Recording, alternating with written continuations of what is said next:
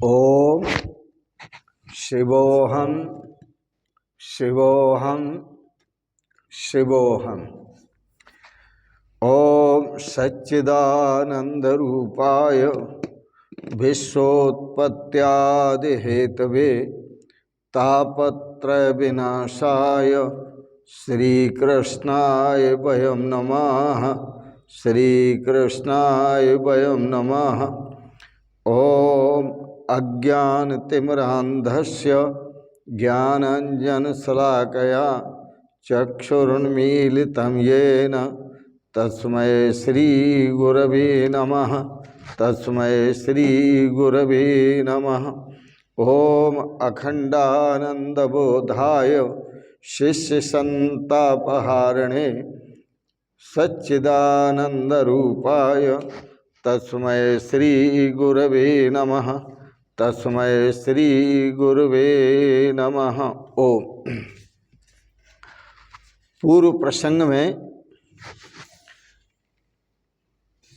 आप श्रवण कर रहे थे श्रीमद् भागवत की कथा। श्रीमद् भागवत में धर्मात्मा स्वरूप राजा पृथु के प्रसंग को श्रवण कर रहे थे।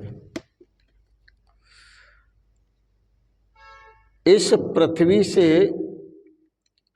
राजा पृथु ने रसों का दोहन किया। उन्होंने अपनी प्रजा को बार बार धार्मिक शिक्षा दी। वे चाहते थे कि मैं प्रजा को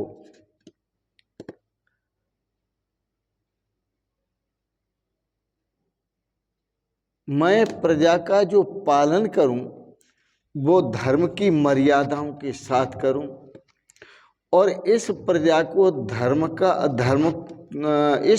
को मर्यादाओं का पालन करना सिखाऊं। तो उनकी प्रजा धर्म की मर्यादाओं का पालन करे, इस भावना से उन्होंने सुंदर धार्मिक शिक्षा दी। महाराजा पृथु गौ भक्त थे और ब्राह्मण भक्त थे। राजा होने पर वह गौओं की सेवा करते थे और ब्राह्मणों की सेवा करते थे। गौ और ब्राह्मणों का पालन करते थे। गाय घास खाकर के दूध देती है और सुंदर दूध देती है। बल्कि गाय का जो दूध है वो दूध नहीं बल्कि अमृत होता है। तो गाय घास खाकर के दूध देती है और ब्राह्मण आप जैसा प्रसाद जिमा देते हैं, साधारण भोजन करके जीवन का निर्वाह करते हैं और आपको ज्ञान देते हैं। यहाँ ब्राह्मण का अर्थ जाति से मत लेना। यहाँ ब्राह्मण का अर्थ लेना है विद्वान से, तत्व ज्ञानी से, परम ज्ञानी से, भगवत तत्व के आश्रय रहने वाले, भगवान के आश्रित रहने वाले ब्राह्मण, जो ज्ञानी महापुरुष है। तो वह राजा पृथु गौ और ब्राह्मण का पालन करते थे और सभी को ज्ञान दान प्रदान करते थे, ज्ञान देते थे।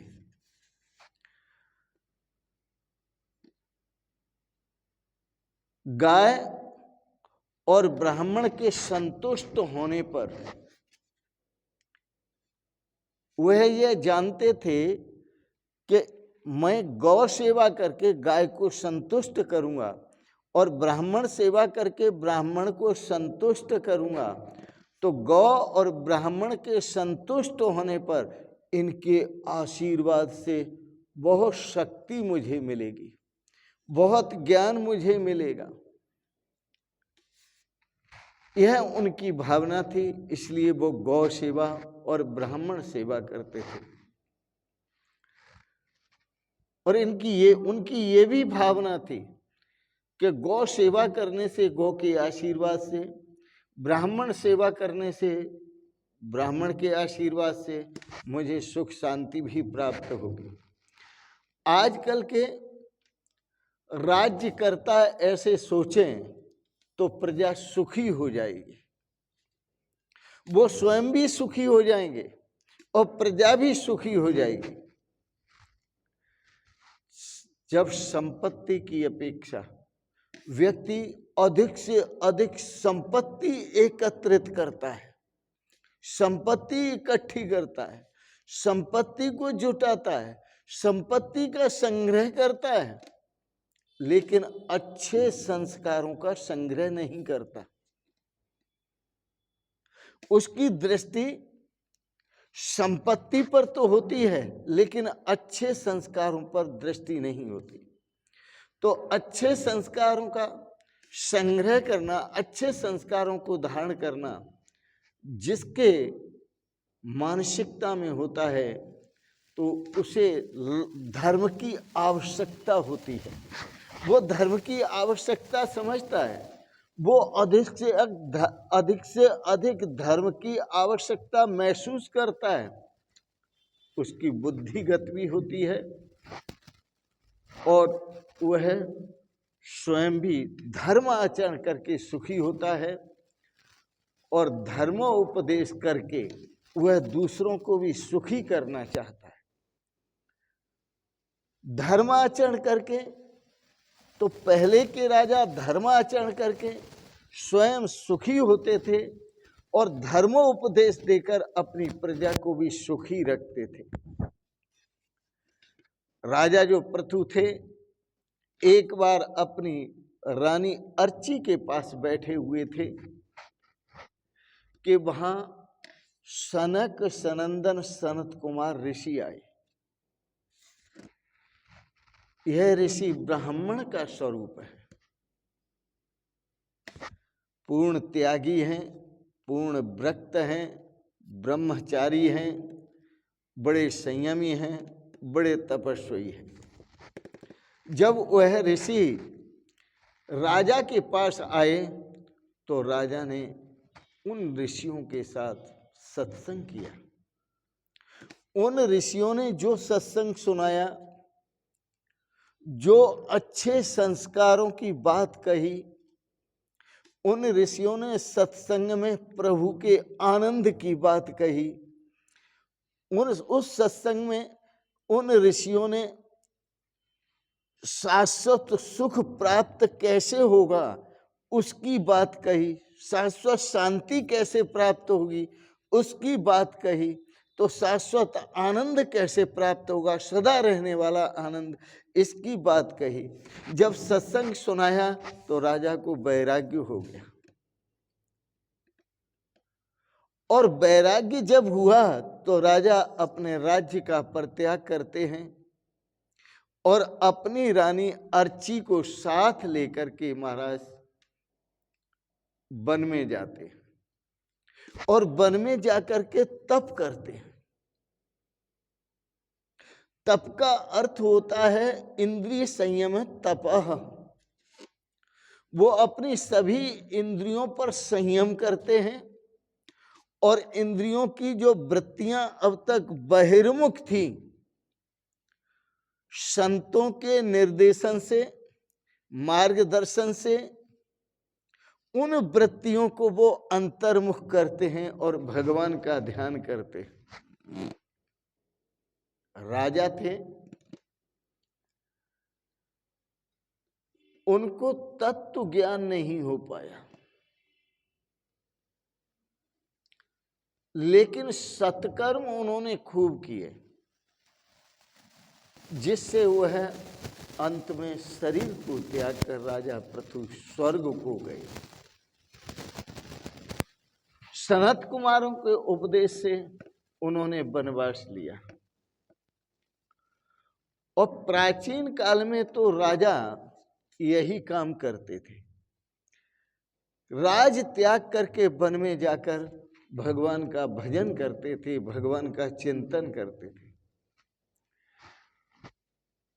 किंतु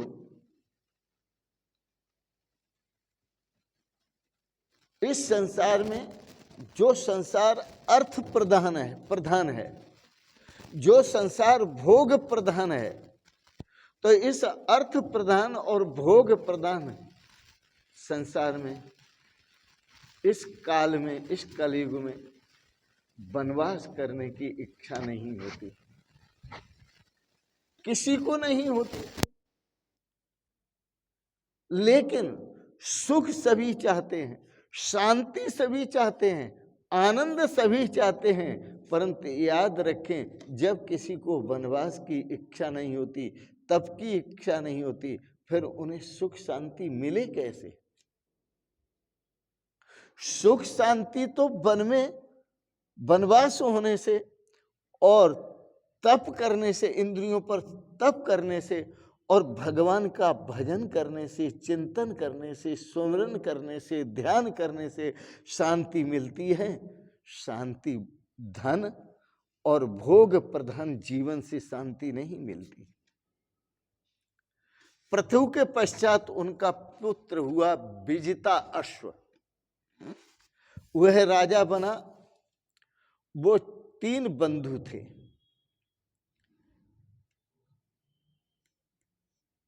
हर्यक्ष, धूम्रकेतु और वृक। इसके पश्चात अंतर्धान हुए और अंतर्धान के यहाँ अवेरधान हुए और अवेरधान के यहाँ प्राचीन बरही राजा हुए।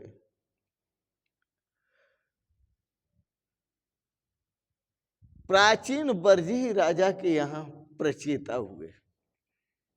ध्रुव ने पूछा था, नहीं,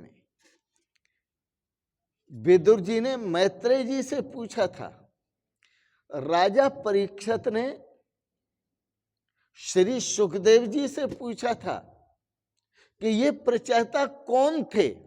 उसका उत्तर यहां आके मिला कि यह प्रचेता प्राचीन बरही राजा के यहां हुए।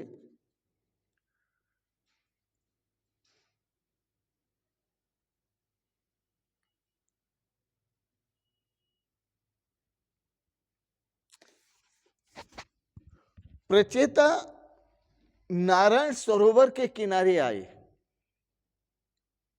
जो प्रचेता थे वह नारायण सरोवर के किनारे आए। वहां उनका मिलन नारद जी से हुआ और जब उनका मिलन नारद जी से हुआ तो नारद जी ने उनको सुंदर उपदेश दिया। संत जब मिलते हैं तो सुंदर उपदेश देते हैं, धर्म की शिक्षा देते हैं, कल्याण का मार्ग पथ, कल्याण का पथ प्रदर्शन करते हैं, उनको उनके श्रेय का मार्गदर्शन करते हैं।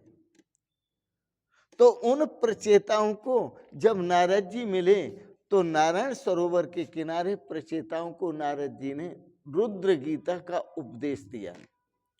रुद्र गीता में भगवान शिव के स्वरूप का वर्णन है। रुद्र गीता में भगवान शिव के स्वरूप का चिंतन है। रुद्र गीता में भगवान शिव के स्वरूप का ध्यान है, जो कालों के भी महाकाल है। सुंदर उपदेश नारद जी ने प्रचेताओं को दिया। उससे भगवान उनके भावों से भगवान प्रसन्न हुए, भगवान शंकर प्रसन्न हुए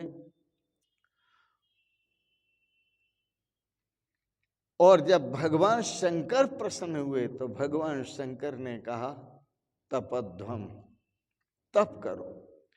प्रचेताओं को कहा तुम तप करो, क्योंकि बिना तप के सिद्धि प्राप्त नहीं होती, बिना तप के जीवन का सुधार नहीं होता,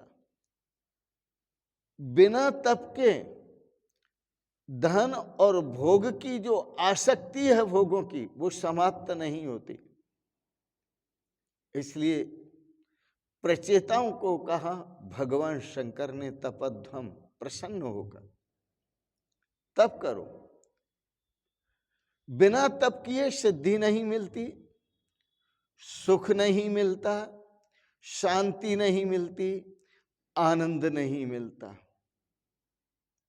तप शब्द को उल्टा करो तो पत बनता है। जो तप नहीं करते उनका पतन होता है, और जो तप करते हैं वो तप प्रभाव से प्रभु को प्राप्त कर लेते हैं, और जो तप नहीं करते हैं उनका पतन होता है।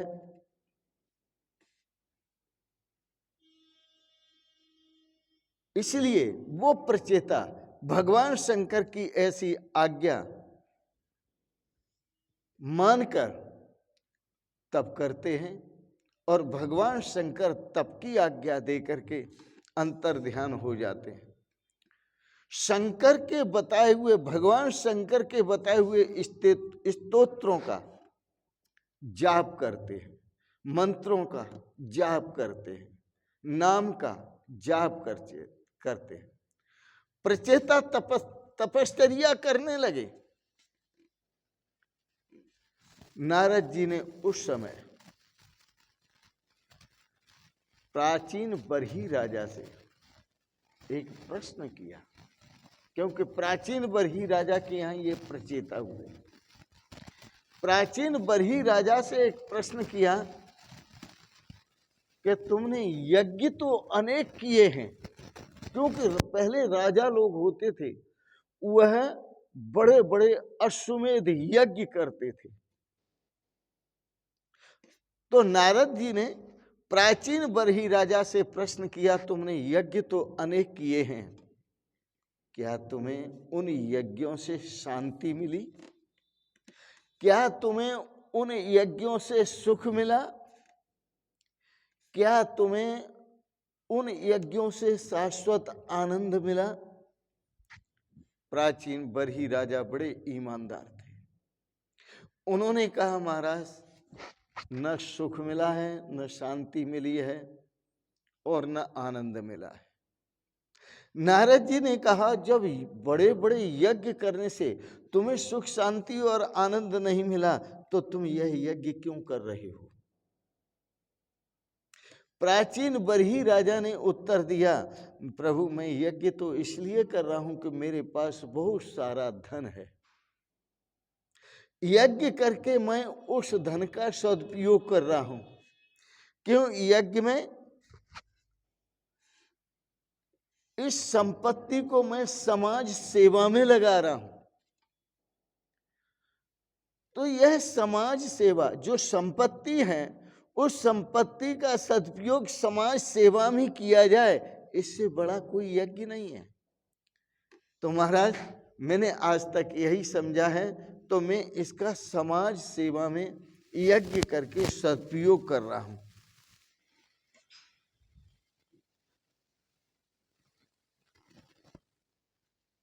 वैसे यज्ञ के बिना भी शांति नहीं मिलती। तो यज्ञ से भी तो वैसे शांति नहीं मिल पाती। मेरी बात को समझे, दोनों बातें कह रहा हूं। यज्ञ के बिना भी शांति नहीं मिलती और यज्ञ से भी शांति नहीं मिलती। क्यों? यदि आप यज्ञ नहीं करेंगे तो आपके अंतःकरण की शुद्धि नहीं होगी, आपके धन की शुद्धि नहीं होगी, आपके कर्मों की शुद्धि नहीं होगी, आपके विचारों की शुद्धि नहीं होगी, आपके आचरण की शुद्धि नहीं होगी, आपके आहार की शुद्धि नहीं होगी, आपके व्यवहार की शुद्धि नहीं होगी। तो इंद्रियों की वृत्तियों की शुद्धि नहीं होगी, अंतःकरण की शुद्धि नहीं होगी, तो कल्याण कैसे होगा? इसलिए यज्ञ के बिना भी कल्याण नहीं। और जब शुद्धि हो जाए यज्ञ से यज्ञ करने से जब शुद्धि हो जाती है, तो शुद्धि होने पर भी शांति नहीं मिलती। लेकिन शांति के लिए क्या करना है? तो नारद जी ने कहा, अब तुम भगवान का ध्यान करो। भगवान का भजन करो। और भगवान का जब चिंतन करोगे, भजन करोगे, तब तुम्हें शांति मिलेगी। केवल ब्राह्मणों की सेवा से, यज्ञ करने से शांति नहीं मिलती। ब्राह्मणों की सेवा से, गौ सेवा से, यज्ञ करने से धन का सदुपयोग होता है, ये सत्य है। पर शांति जो मिलती है, प्राचीन बरही राजा को नारद जी समझा रहे हैं कि इतना करने के बाद व्यक्ति स्वर्ग को प्राप्त होता है। गौ की सेवा करना, ब्राह्मण की सेवा करना, समाज की सेवा करना, यज्ञ करना, इससे स्वर्ग को प्राप्त होता है। और उस पुण्य से जब स्वर्ग को प्राप्त होता है तो वो स्वर्ग में स्वर्ग का सुख भोगता है। और स्वर्ग का सुख भोगने के बाद पुण्य क्षीणे मर्त्य लोकम विशंति, वो पुण्य के क्षीणों होने पर पुनः मृत्यु लोक में आकर गिरा दिया जाता है, वहां से ढकेल दिया जाता है। उसे स्वर्ग से उसे धक्का देकर निकाल दिया जाता है कि अब तेरे पुण्य समाप्त हुए, अब तू मृत्यु लोक में जा। तो नारद जी समझा रहे हैं, तेरा केवल यज्ञ से, समाज सेवा से, गौ सेवा से कल्याण नहीं होगा। ये सब करने के बाद मन की पवित्रता के साथ, इंद्रिय की वृत्तियों की पवित्रता के साथ चित्त शुद्धि आवश्यक है। और चित्त शुद्धि होने के पश्चात, क्योंकि कर्म जो किए जाते हैं वो चित्त शुद्ध है कर्म, न तो वस्तु उपलब्ध है। चित्त की शुद्धि के लिए कर्म किए जाते हैं, न कि वस्तु की उपलब्धि के लिए। वस्तु कोई सांसारिक नहीं, वस्तु का अर्थ वेद में क्या है किया है? वस्तु सच्चिदानंदा अनंता वस्तु सच्चिदानंदा अनंता अद्वयम वस्तु। जो सतचित आनंद स्वरूप, अखंड आनंद स्वरूप जो परमात्मा है, उस परमात्मा को वस्तु कहते हैं। उस वस्तु को, वस्तु स्वरूप उस परमात्मा को जो प्राप्त कर लेते हैं, शांति उन्हीं को मिलती है। तो प्राचीन बरही राजा को समझाते हुए कहते हैं, हे राजन, इसलिए तू इन सत्कर्मों से स्वर्ग तो प्राप्त करेगा, लेकिन बाद में तेरा पुण्य क्षीण होगा तो स्वर्ग से ढकेल दिया जाएगा, परंतु तुझे शांति नहीं मिलेगी। इसलिए तू शांति से बैठकर अपने आत्म स्वरूप का चिंतन कर, ब्रह्म स्वरूप का चिंतन कर। तुझे अपने ही आत्म स्वरूप का चिंतन करना है। जब तुझे अपने आत्म स्वरूप का ही ज्ञान नहीं है तो परमात्मा का कैसे ज्ञान होगा? वेदांत दर्शन में क्या कहा? या एष्टि विदु स परमेष्ठिनम, जो आत्मा को जान लेता है वह परमात्मा को भी जान लेता है। राजन, तुझे अपनी आत्मा का ज्ञान नहीं, अपने स्वरूप का ज्ञान नहीं, तो तुझे परमात्मा का ज्ञान कैसे होगा? इसलिए तू अपने स्वरूप का चिंतन कर, तू अपने स्वरूप का ध्यान कर। और स्वरूप का जब ध्यान करेगा, ईश्वर का जब ध्यान करेगा, तब तुझे शांति मिलेगी। तो ईश्वर की आराधना करने से शांति मिलती है, परमात्मा की आराधना करने से शांति मिलती है। आओ हम और आप सभी मिलकर के परमात्मा की आराधना करें, परमात्मा का चिंतन करें, परमात्मा का ध्यान करें। इसी में सुख है, इसी में शांति है, इसी में आनंद है। आज के प्रसंग जो आपने बड़े प्रेम और श्रद्धा से श्रीमद् भागवत का प्रसंग श्रवण किया, इसके लिए बहुत बहुत अनुग्रहित हैं। इसके साथ साथ आपका धन्यवाद करते हुए आपको बहुत बहुत आशीर्वाद और बहुत बहुत प्रणाम।